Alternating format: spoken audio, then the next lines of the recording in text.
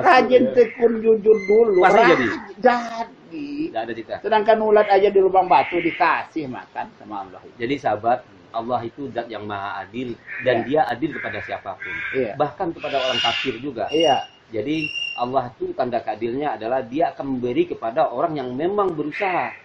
Jadi baik sahabat semua, sebelum melanjutkan menonton video ini, silakan di subscribe channel saya ini dan diklik ikon loncengnya. Terima kasih.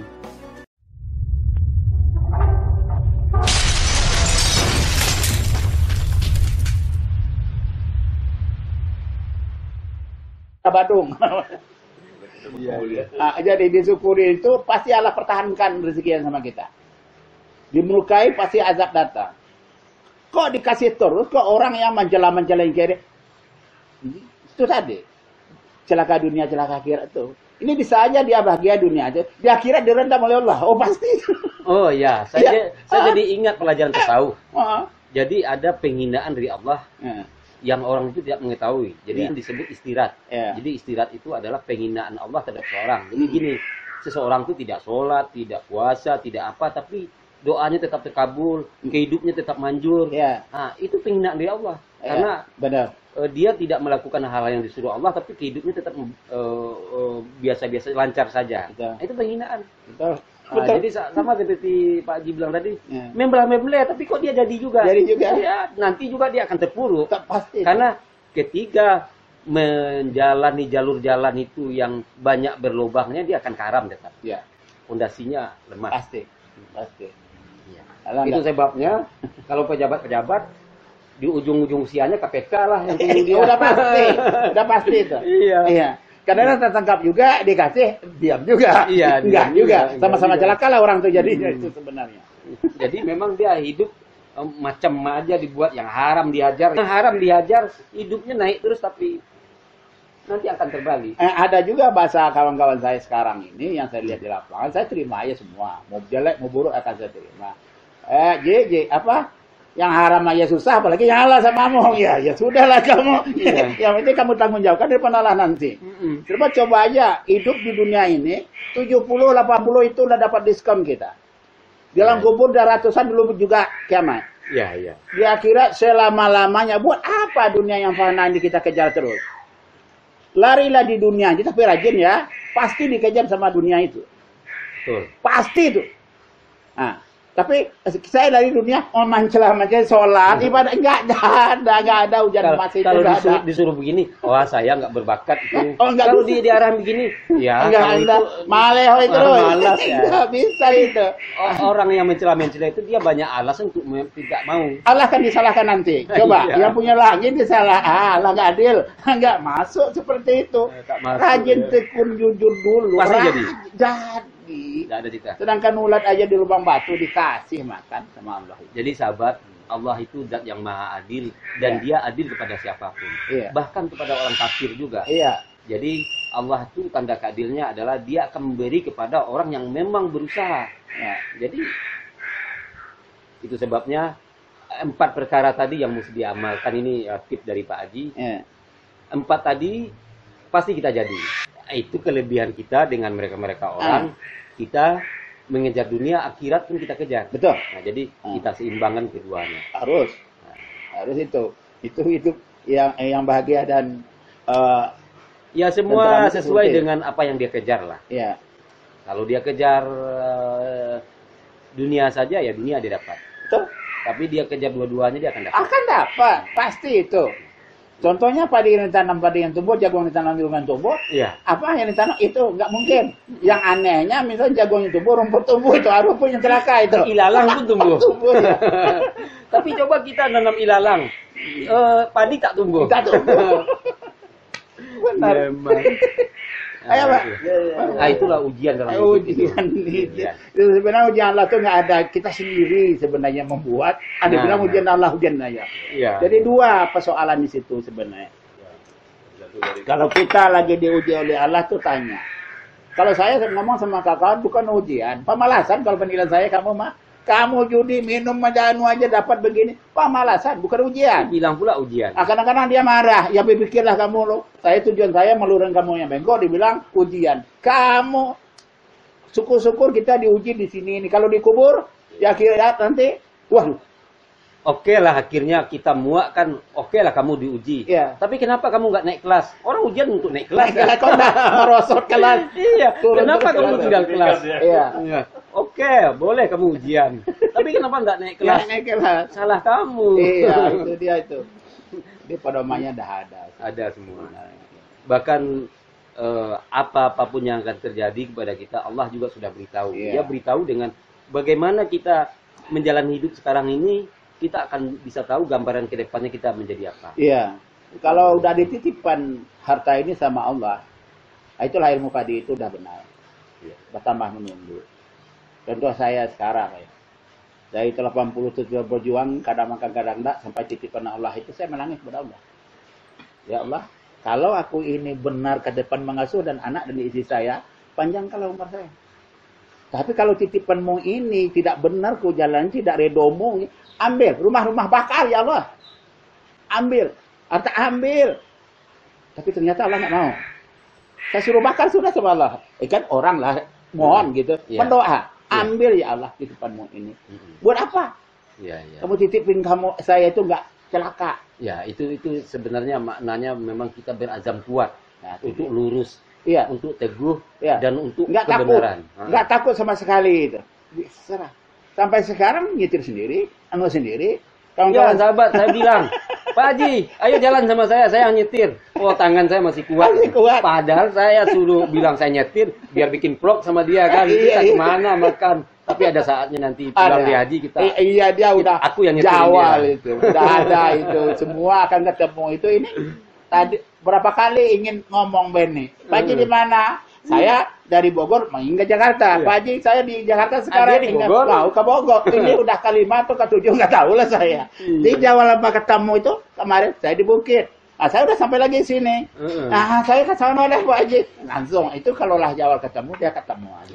Kadang-kadang saya udah mewajibkan lewat WA, lewat CT sekarang. Kalau keluarga saya ketemu Pak Haji ini, ya baiklah, kamu bisa rugi. Kamu menjadi saya di Jakarta bukan sombong.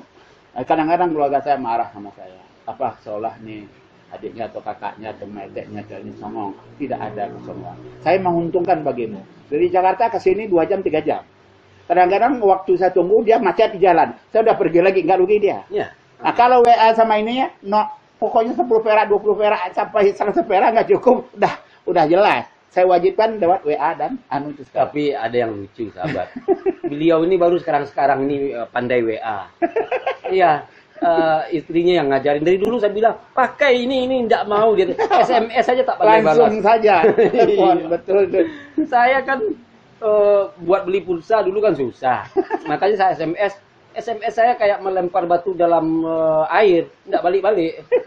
Ternyata dia tidak pandai.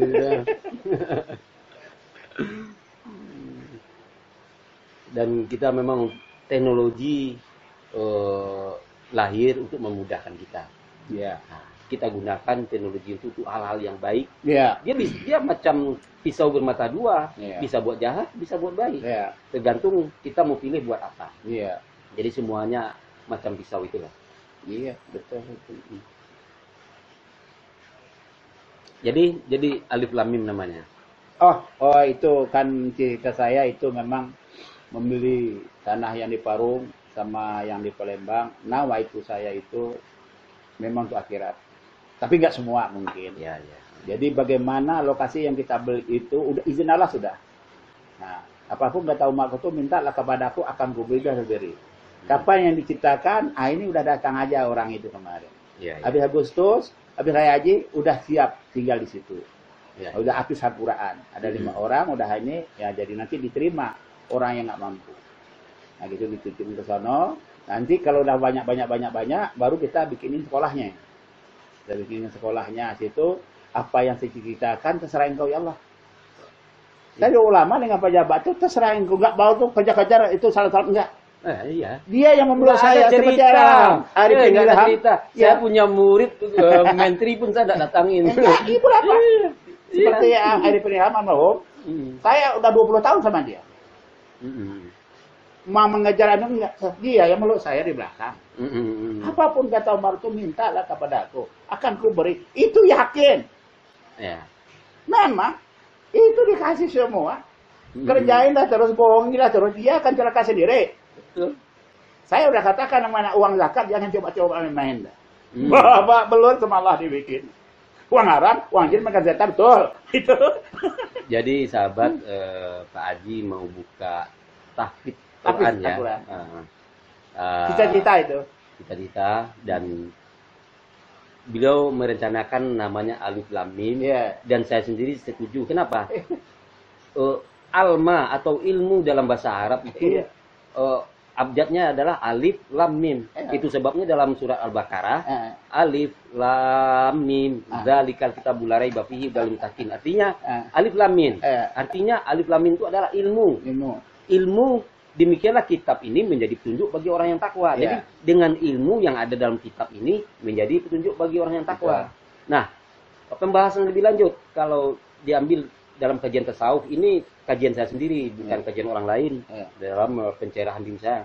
Alif itu adalah Allah, Lam itu Jibril, Mim itu Muhammad. Jadi Allah sampaikan firman kepada Nabi Muhammad. Makanya Alif Lam Mim.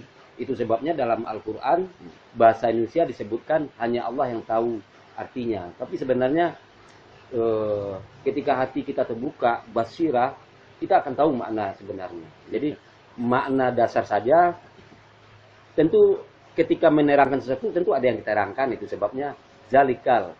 Demikianlah kitab ini menjadi petunjuk bagi orang yang takwa. Maknanya apa? Dengan ilmu. Jadi Alif Lam Mim ilmu.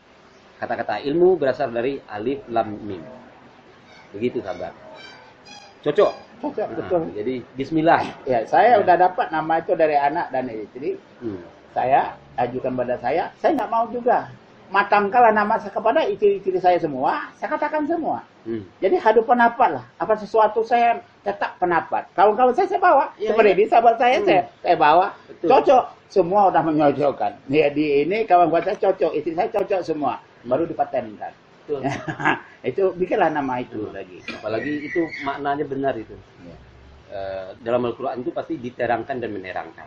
Ketika diterangkan, sebelumnya apa yang orang tidak tahu maknanya pasti ada keterhubungan. Itu sebabnya demikianlah kitab ini menjadi petunjuk bagi orang yang takwa. Apa petunjuk itu? Ilmu yang ada dalam kitab itu. Makanya Alif Lam Mim itu ilmu.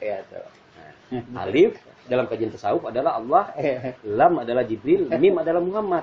Jadi diri kita ini Muhammad. Ambillah itu. Benar. Ini bukan bangsa Ustadz ya. Sebisa-bisanya. Sebisa-bisanya. Tapi mengenal. Iya.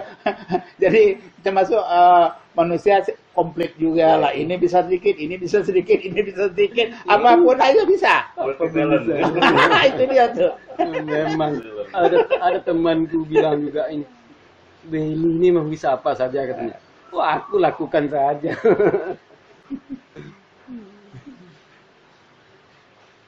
Minum, Pak. Minum, Pak.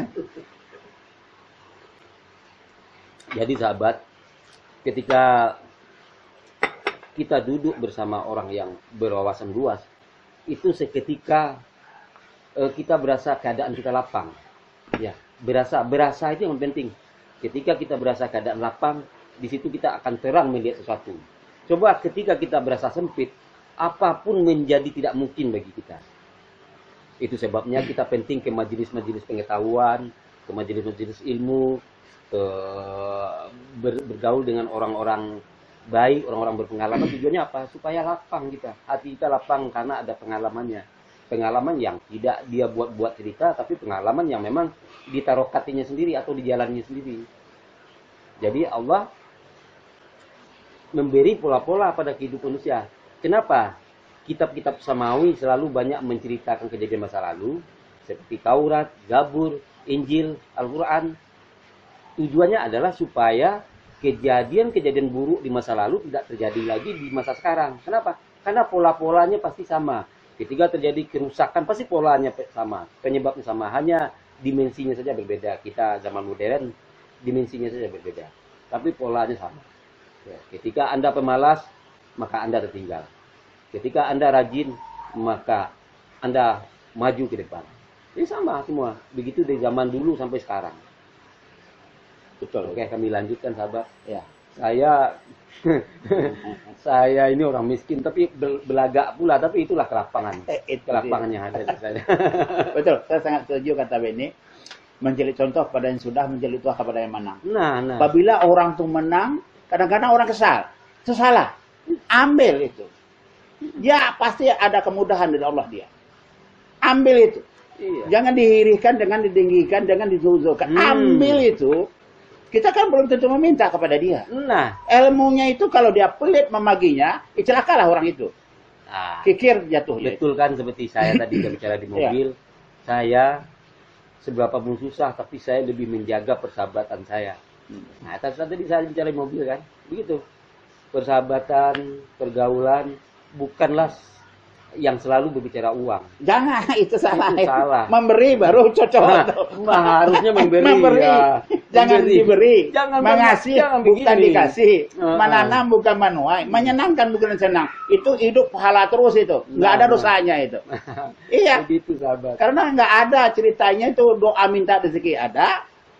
Menolak rezeki nggak ada itu. Jadi yang dikasih yang pahala, yang mengasih yang pahala. Yang dikasih nggak ada pahalanya. Usahakanlah itu. Oh saya karena nggak ada, ini kamu ada karena kamu senyum saja nggak bisa, udah mati aja hidup. Ya jangan hidup udah. Tak guna kamu hidup. Ini enggak, udah iri hati.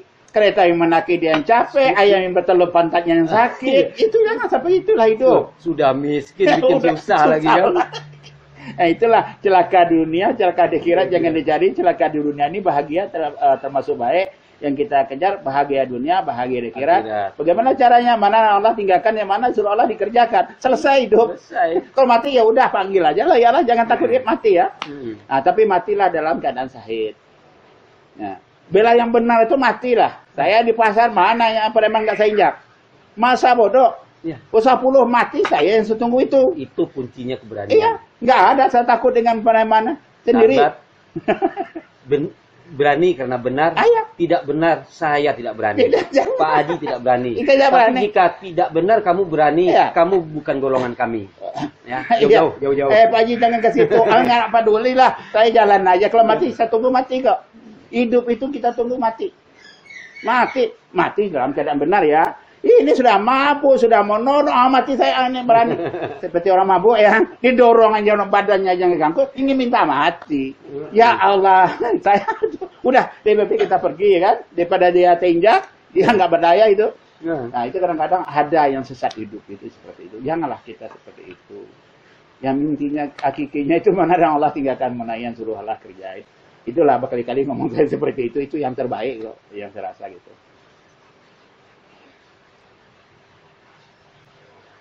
Ayo saudara kita. Kalau saya ngakui memang bisa itu tawakal yang berkurang. Ini beliau sahabat ini, beliau sarjana juga kan. Kami ini saya baca bahasa Inggris saja tak pandai. Kami memang buta huruf. Baca bahasa Arab juga baru karena saya kebetulan. Pandai sekete. Ya kebetulan memang kenapa jadi jatuhnya jadi guru, akhirnya berusaha belajar sama anak, diketawain sama anak. Itu nggak salah. Kata Allah itu apapun kata umat kutu, mintalah kepadaku akan kau beri. Saya ini sekarang ya kesejuan sholat itu datang. Baru saya rasa nggak lebih dari sebulan ini. Allahu Akbar. Baguai itu minta atas omongan kepada Allah. Padahal keluarlah nggak tamat nih. Minta kok nyaman gitu. Nah, biasanya nggak enak gitu. Itulah yang disebut ya ayyuhan nafsu mutmainnah. Andai kan saya. Jadi wahai jiwa yang tenang. Jadi ketika kita ibadah sudah timbul ketenangan, baru kita dipanggil oleh Allah, wahai kekasihku, wahai jiwa yang tenang. Datanglah dengan senang dan disenangi, datanglah dengan sayang disayangi. Didorong masuk surga ya. Ke dalam dipaksa masuk surga. Ini ditolak masuk surga, ini bagaimana? Ya kalau kita belum tenang, kerasa kusuk masih jadi itu memang semua itu alam terkembang jadi guru. Ya itu ya sama. Saya setuju dalam alam terkembang jadi guru. Ilmu saya juga begitu. Jadi nggak ada di mana alam terkembang jadi sama. Dia yang menciptakan alam terkembang jadi guru. Saya juga guru. Begitu. Dari tahun 80 saya alam terkembang jadi ilmunya nggak ada, guru nggak ada. Karena nggak sekolah udah lari di sekolah karena nggak bisa kan. Itu alam tengah menjadi guru aja lagi. Jadi di mana kita berada itu kita jadikan ilmu itu. Ternyata betul. Jadi kecepatan saya itu menciptakan itu kewalahan. Ini istri saya kewalahan, nggak tahu itu, nggak sadar itu. Dia bingung, saya nggak bingung. Iya. Nah, itu kelebihan dari Allah.